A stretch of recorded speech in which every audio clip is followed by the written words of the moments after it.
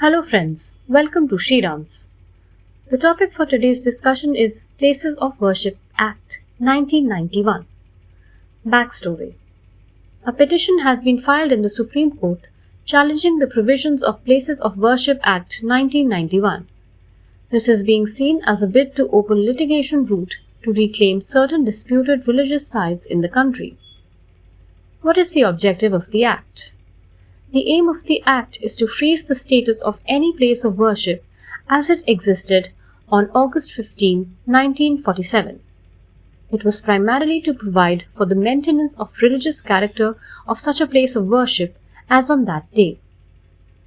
Why was this Act enacted in the first place? When the Babri Masjid Ram Janmabhoomi dispute was at its height, certain organizations also laid claim to two other mosques, the Gyanvapi Mosque in Varanasi and the Shahi Eidgah in Mathura. In this backdrop, the P.V. Narasimha Rao government enacted this law to freeze the status of places of worship. It was hoped that such disputes would not arise in the future, which have the potential to rupture the social and secular fabric of the country. Why was Babri Masjid Ram Janmabhoomi dispute kept outside this law?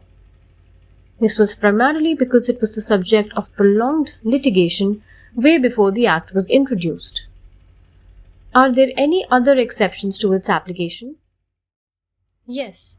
Apart from the Ayodhya dispute, the Act is not applicable to ancient and historical monuments and archaeological sites and remains that are covered by the Ancient Monuments and Archaeological Sites and Remains Act 1958, a suit that has been finally settled or disposed of, and any dispute that has been settled by the parties or conversion of any place that took place by the acquiescence before the Act commenced. What does the Act say about legal proceedings regarding conversion? It declares that all suits, appeals, or any other proceedings regarding converting the character of a place of worship which are pending before any court or authority on August 15, 1947 will abate as soon as the law comes into force. Moreover, no further legal proceedings can be instituted.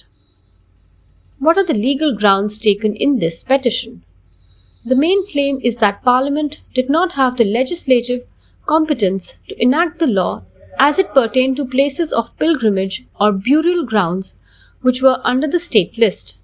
It is also argued that the cut-off date of August 15, 1947 is arbitrary, irrational, and retrospective, and does not have any basis in law. What is the argument related to the violation of basic structure? The petitioner has stated that Parliament cannot close the doors for aggrieved persons and cannot take away the powers of the Court of First Instance, Appellate Court, and the power of constitutional courts conferred under Article 226 and 32 of the Constitution of India. Accordingly, it is also argued that the Parliament has transgressed its legislative power in barring remedy of judicial review, which is the basic feature of the Constitution. What had the Supreme Court said about this Act in its Ayodhya judgment? The five-judge bench, headed by the then Chief Justice of India, Ranjan Gogoi, had dealt with the 1991 Act and had said that the law is a legislative instrument designed to protect the secular features of the Indian polity. The state has, by enacting the 1991 law, enforced a constitutional commitment and operationalized its constitutional obligations to uphold the equality of all religions and secularism, which is a part of the basic feature of the Constitution.